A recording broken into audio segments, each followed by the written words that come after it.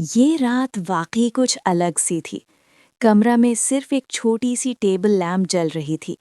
اس کی پیلی نرم روشنی دیواروں پر ہلکے ہلکے سائے بنا رہی تھی، جیسے کوئی خاموش خواب اندر ہی اندر سانس لے رہا ہو۔ کھڑکی تھوڑی سی کھلی ہوئی تھی، باہر ہلکی ہلکی بارش برس رہی تھی۔ ٹپ ٹپ ٹپ۔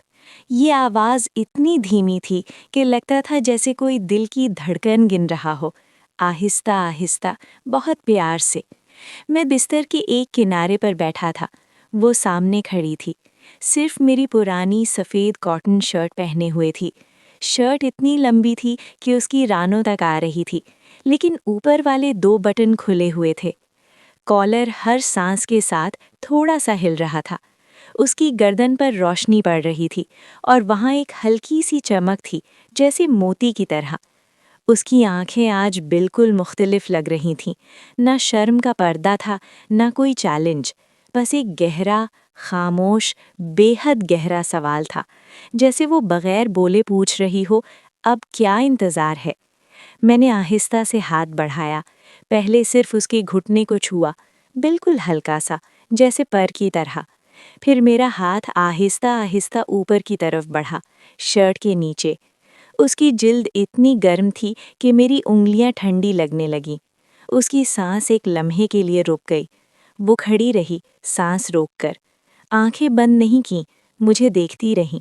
اس کی نگاہ میں ایک عجیب سی شدت تھی، جیسے وہ ہر لمحے کو، ہر چھون کو، ہر احساس کو اپنے اندر ہمیشہ کے لیے قید کرنا چاہتی ہو۔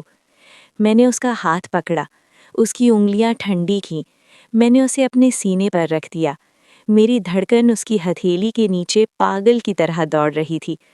اس نے وہی چھوٹی سی ایک طرف جھکی ہوئی مسکراہٹ دی، وہی مسکراہٹ جو برسوں سے مجھے پاگل کرتی آ رہی تھی۔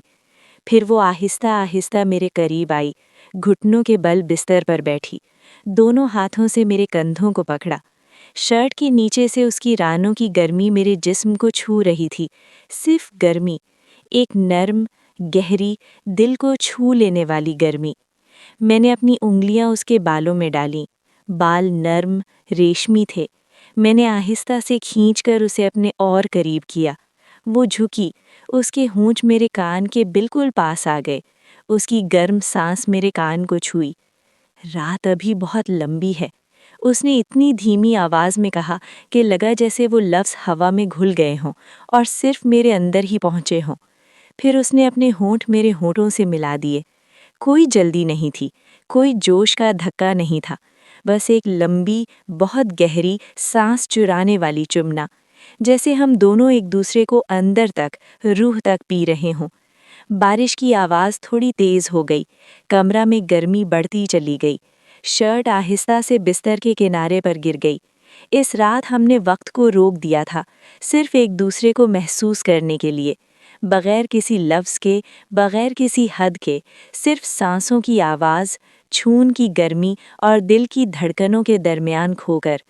ہم نے ایک دوسرے کو چھوا، دیکھا، سمجھا۔ ہر لمس میں ایک کہانی تھی، ہر سانس میں ایک وعدہ تھا۔ اور جب صبح کی پہلی کرن کھڑکی سے اندر آئی، روشنی کمرے میں پھیل گئی، تب بھی ہم ایک دوسرے کی باہوں میں وہیں تھے، بالکل ویسے ہی جیسے رات بھر رہے تھے۔ نہ کوئی فاصلہ، نہ کوئی جلدی، بس ایک دوسرے میں گم، ایک دوسرے میں پورے۔